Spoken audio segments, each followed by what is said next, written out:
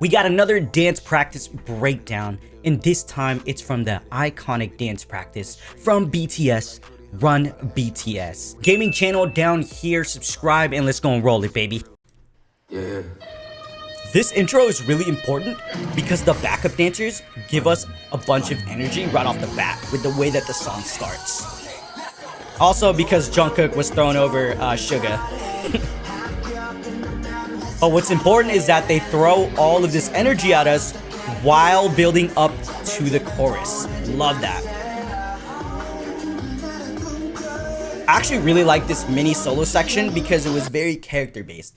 Yes, there was choreo that he was doing, but the way that he was doing it was very like attitude based. So you'll see how loose his body is. He was sticking his tongue out. He was just very like, in this case, yeah, the term is really just loose for it, which gives it more of a swaggy look, and love that. Love that mini solo section is what gave, at least for me, it gave it that feeling. In this moment right here when they missed the high five, I'm pretty sure that was unintentional because that's gonna happen in dance practices. That's gonna happen in performances. But the reason why I think is probably one of my favorite parts of the dance practice is because they kept going, they laughed, they smiled, and they just popped off regardless because like it happens. But it's the fact that they kept going and they laughed it off right after is what makes that moment for me one of my favorites. Nice effect there with the hands and the arms. Good reveal with Jimin.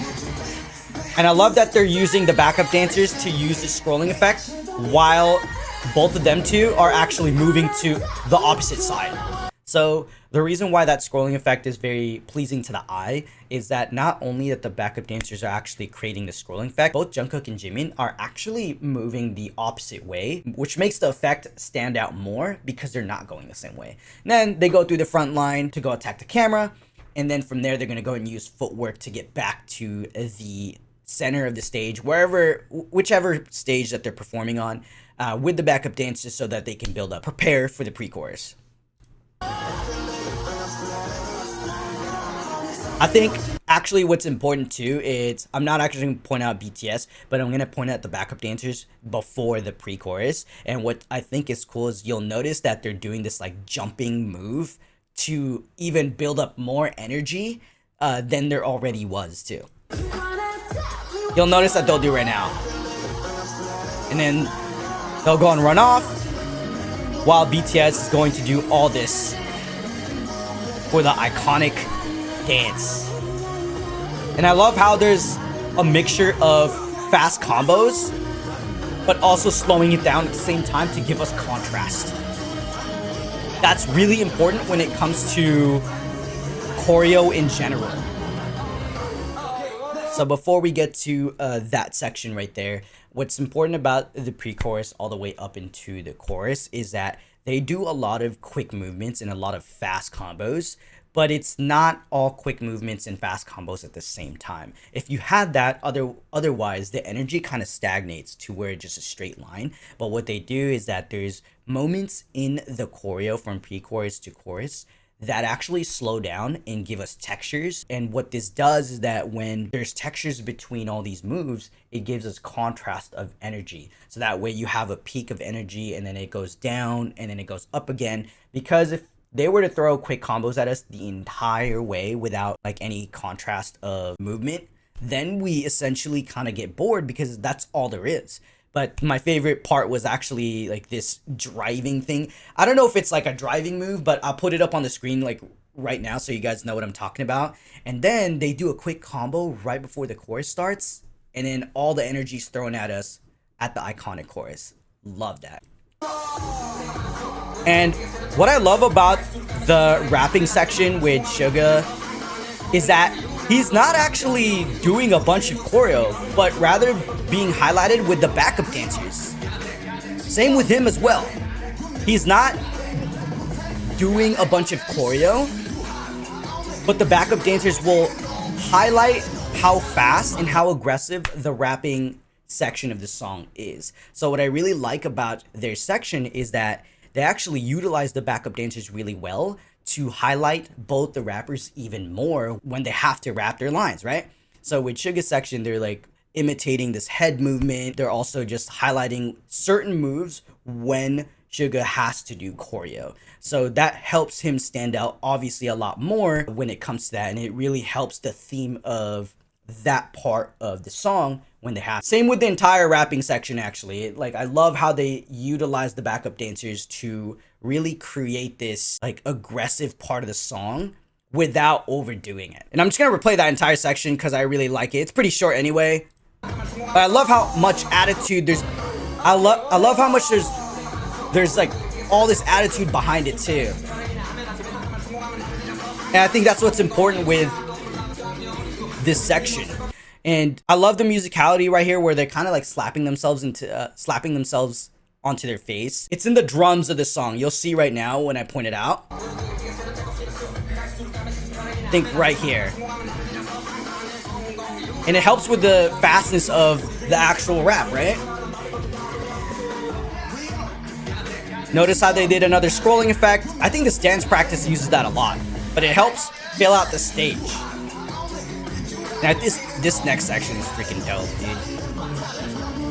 Good way to create this column effect and slash zipper effect to do a reveal without actually showing him. And they use that like groove to kind of expand and change formations before the second chorus. So I think what's really cool about this mini part right here after the rapping section is actually the reveal and how they use the backup dancers to reveal the next couple of members. With where the camera is, it's hard to tell when the reveals are coming because of where the camera is and how it's being filmed. So I think what's really cool about that section is that they use this like zipper effect and another column effect to kind of go through each other. So that way they can reveal the next set of members without actually showing it. And what I think is cool is that he threw the bandana for them to catch it so casually at the next part of the song. I love that. And it's super casual too. He goes and catches it too. And they're using the backup dancers to actually expand a little bit more and use the stage. And what they do is just essentially slowly, if you watch it over and over again, you'll notice that the backup dancers will expand slowly so that they can get to the formation for the second chorus. They use that groove to expand out. That way they can get to their spots right here. And what's cool about this is that to throw more energy at us, they're actually using the bandanas to go ahead and give us more energy. So, and I know he threw the bandana and no one caught it. I don't know if that was intentional where like no one was supposed to catch it, but it was a great recovery and you'll see it in the video. It was a great recovery regardless. The backup dancers are being used to throw more energy at us. They're not actually doing the chorus for the they're not actually doing the dance for the pre-chorus, but they're actually throwing, or they're like whipping the bandanas around to essentially help how much energy needs to be thrown out for this second half of the song, right? And so essentially what they're doing is accent choreo so that it helps with the energy of the song. Let's go. Yeah, love that recovery from him. And what I really like about this specific chorus is actually the attitude behind Suga. Like, there's something about the way that he was performing this second section, and I don't know if it's like his facials, I don't know if it's just his attitude behind the song. There's something about the way that he's performing which stands out to me. All the members are doing great, don't get me wrong, but in this section specifically, he stands out to me because there's like this aggressive attitude behind them, but it's like not overly aggressive, and I love that. God damn. This part is really important. Love the effects that they use here. So that jacket, right? That part where they take off the jackets is actually really important for a one take. So imagine if there was one dancer that didn't get their jacket off on time. They would have had to do that one take all from the start, or just redo a second take from like a different part of the song to do that entire part. So what's important is I'm sure they did multiple takes, but the fact that this entire dance practice is a one take, which means this entire take, nobody effed up the jacket part, which is insane. And like, this is a great effect to even build up to the very last part of the song, which I really like. And it matches the chaoticness of the guitar part, right?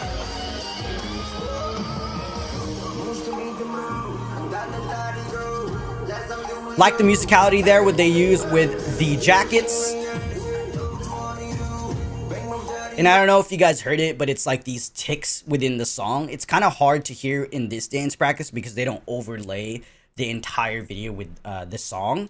But you'll hear these tick noises, and they actually use the jackets to help visualize that musicality part of the song. Yeah, now that I think about it, you probably could hear it the first time around too. But I love how they use the jackets here as props to give us more visuals for the dance practice. And I think this was supposed to be a ripple effect right here with these two columns, and I'm pretty sure it was. Love that. And I think that's what I really like about this dance practice, is that they use bandanas and they use the jackets as props, not just costumes. Love that. And I think what's cool with this entire dance is that there's a lot of footwork and just a lot of energy. I don't know how much I've had to repeat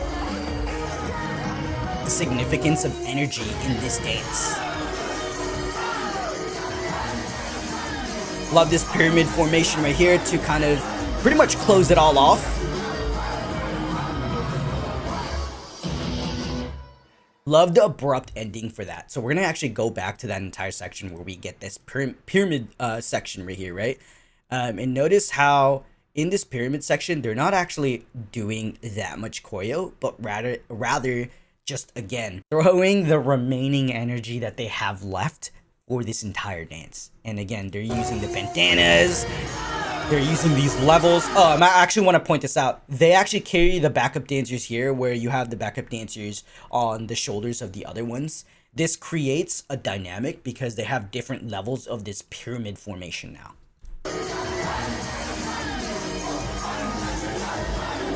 I'd imagine I'd be so tired after this dance practice though.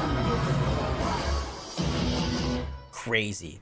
Love the ending. So the reason why I really like the ending right there is they go back and reuse the bandanas to kind of like show this statement where they're not ending it in a way where you know it's ending, but they end it so abruptly. They're like, whoa, oh shit, it just ended, and they hold up these poses. Love that. This dance practice is insane. I'm glad I broke this one down because this dance practice is just iconic, and I just love how there's a lot of contrast and a lot of effects with their formations and as well as the choreo. So if y'all love BTS, if y'all miss BTS, go ahead and subscribe. I'm gonna go and break down more of their dance practices soon.